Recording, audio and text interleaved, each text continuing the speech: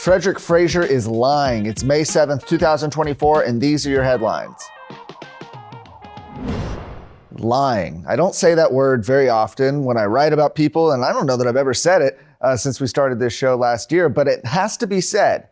Frederick Frazier is lying about the Paxton impeachment. Now, a little bit of background. Incumbent Republicans like Frazier, who have been forced into runoffs, have had to message against one of the biggest line of attacks from their primary opponents, the fact that they supported the impeachment of Attorney General Ken Paxton last year. But while most have stuck to a similar script, tell me if you've heard anybody say this, they'll say, oh, we were only sending the issue to the Senate where he was exonerated on all counts, that was just their job.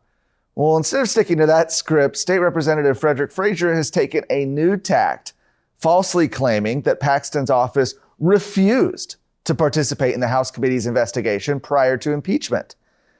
When asked about his impeachment vote during a podcast hosted by the Texas Municipal Police Association, Frazier said he only had one side of the story to make his decision. He said you had 22 articles for impeachment and you had nothing from the Attorney General's office. That part is true.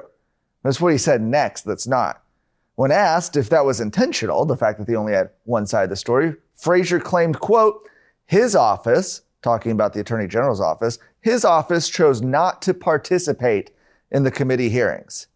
And he doubled down on that again. This statement is patently untrue. Paxton's office was never notified of the investigation, if you remember. In fact, when news of the incoming impeachment broke during the House General Investigating Committee's only public hearing on the issue, just days before the House vote, Assistant Attorney General Chris Hilton rushed to the committee room where he was denied the opportunity to participate. Paxton told Texas Scorecard that Frazier's comment was a, quote, complete lie. He said, I was never afforded due process when Dade Phelan launched his secret impeachment plot. Numerous House members vocalized their opposition to this scheme because it was such an outrageous abuse of power, and Representative Frazier knows this. Hopefully, the voters of his district will send him home.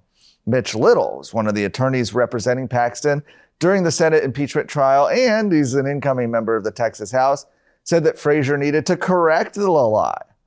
Now, this comes as Frazier faces a turbulent runoff election against his opponent, Carissa Richardson.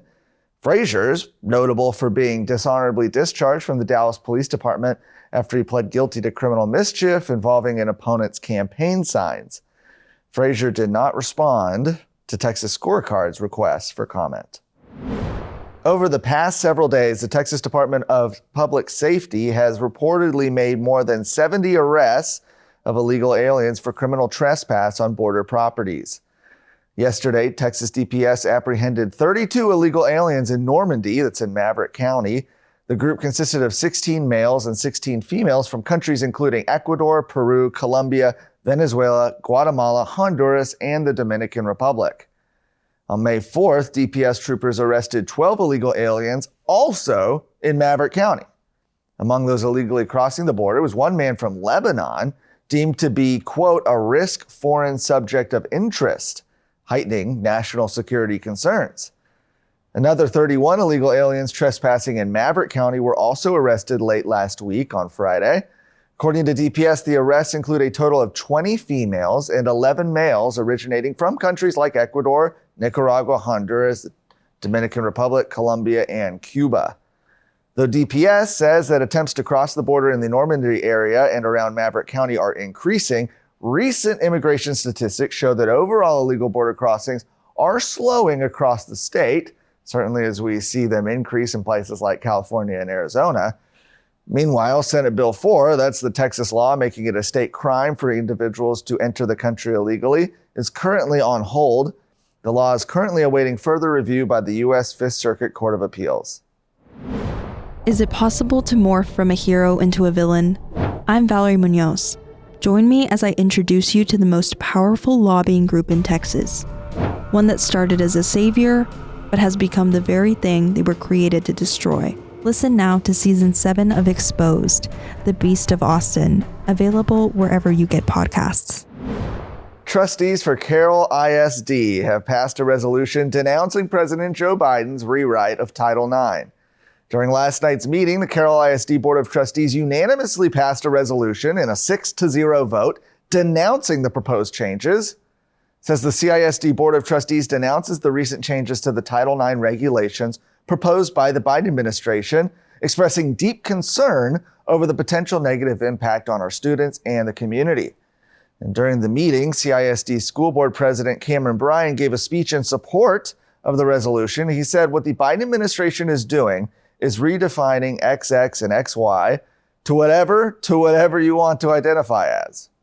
That is a very dangerous precedent, and this school district and this board will fight to make sure our daughters in schools are protected from boys entering bathrooms, locker rooms, and eventually girls' sports. That's not going to happen here. We're taking a stance. This comes after the Biden administration released a nearly 1,500-page rewrite of Title IX rules, the federal civil rights law designed to prohibit sex-based discrimination in education. Of course, this new version, it's woke. They updated it for 2024, and now it's about gender identity. So it also forced schools to allow biological males to use female spaces. If a school refuses to comply, federal funding could be withheld.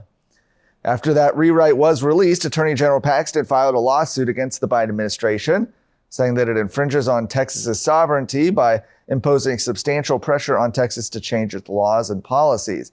Governor Greg Abbott also sent a letter to Biden condemning the revision and instructing the Texas Education Agency to ignore the new rule. But unless a court steps in, it will take effect on August 1st. For more of today's stories, go to texasscorecard.com.